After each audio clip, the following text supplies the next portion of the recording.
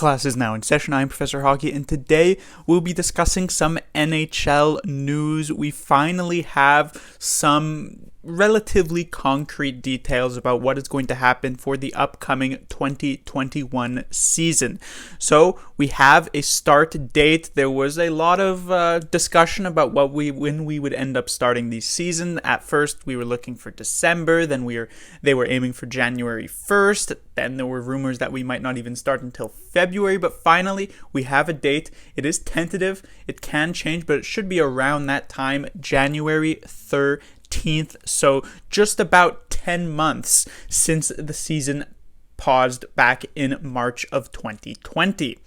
We also know that instead of playing the full 82-game season, which would of course end up causing a lot of delays for further seasons into 2021 or 21-22 and potentially even 22-23, the NHL have decided to have a shortened season of just 56 games. The NHL certainly are no strangers to playing a shortened season. Just a few years ago in the 12-13 season, due to a partial lockout, the NHL ended up only starting their season in January 19th of 2013, as well as only playing a 48-game season. That season ended up coming to an end in late April, and so with the NHL starting 6 days before that start date, as well as adding 8 extra games, it's likely that the NHL will finish further past the end of April and likely finish at some point in early May, at least depending on how compressed the NHL decides to make the schedule.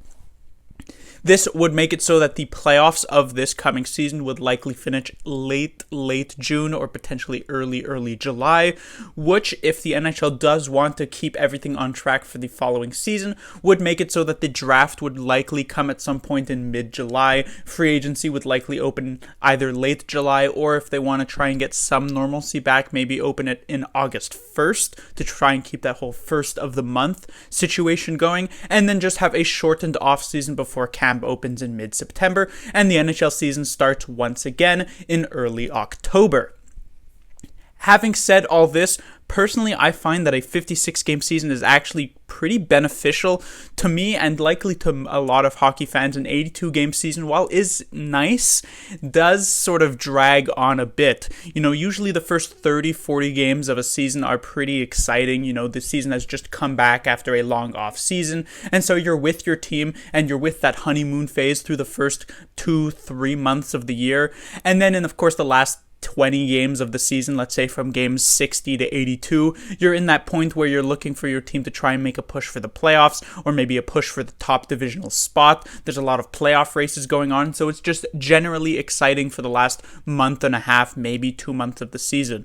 But then there is that middle point, that lull of the year between, let's say, games 40 and 60, where the games sort of start to blend together a bit, especially if you're against a lot of non-rival teams. So from a Sharks perspective, let's say, you're on your way home from work and then you remember, oh yeah, the Sharks are playing against the Florida Panthers here, and it's like a Tuesday afternoon.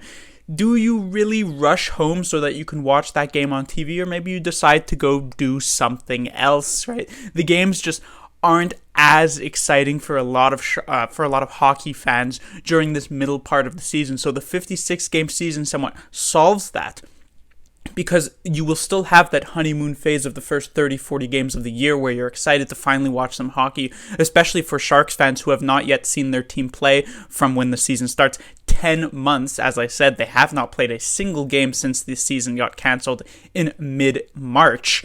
And so for the first 30-40 games, it'll be exciting, and when you would normally reach that lull point, that valley of the season, there's only 16 games left, and so you immediately transition into the playoff race exciting parts. So 56-game season seems to be a very good spot, just like the 48-game season a few years back was quite exciting throughout.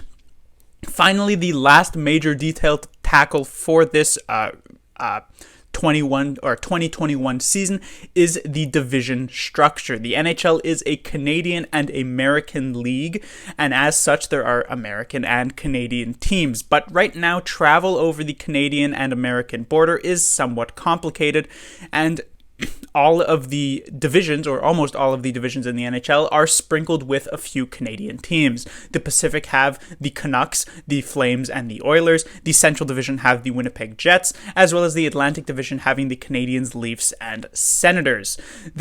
With this travel issues, make it so that the NHL are going to end up resuming with all of the Canadian teams in just a single division called the Canadian division, and then have the other 24 teams scattered across 8-team size divisions. This will be the East, the Central, and the West. Of course, the San Jose Sharks themselves will find themselves in the West Division, along with the usual suspects, the Kings, the Ducks, the Golden Knights, as well as the Arizona Coyotes will be in that one as well. Which can also add a new team for the Sharks in their division, the Colorado Avalanche, as the 6th team. And then for the final two, it seems to be two of the following three: the Minnesota Wild, the St. Louis Blues, and the Dallas Stars. At first, it seemed as though the Stars and the Blues would be the two teams to join the Sharks to finish off the West Division, but then it felt as though maybe the Minnesota Wild were actually going to get in with the Stars, then maybe the Stars would end up getting kicked out to the Central and just have the Blues and the Wild. So at the moment, it is still up in the air. Obviously, the Sharks are hoping that the Minnesota Wild are in their division if the Sharks are trying to make some sort of push for the playoffs, because of course getting the Stars, who are the runner-up of the Stanley Cup this past season, as well as the Blues, who are the Stanley Cup champions from just 2 seasons ago, is not really going to help their playoff chances. Swapping out the Canucks, Flames, and Oilers, their previous 3 divisional opponents, who, are good, but aren't necessarily fantastic, especially in the case of the Oilers and the Flames, for the combination of the Avalanche, Blues, and Stars, is not a very good trade if you're the Sharks and want to try and make a push to the playoffs.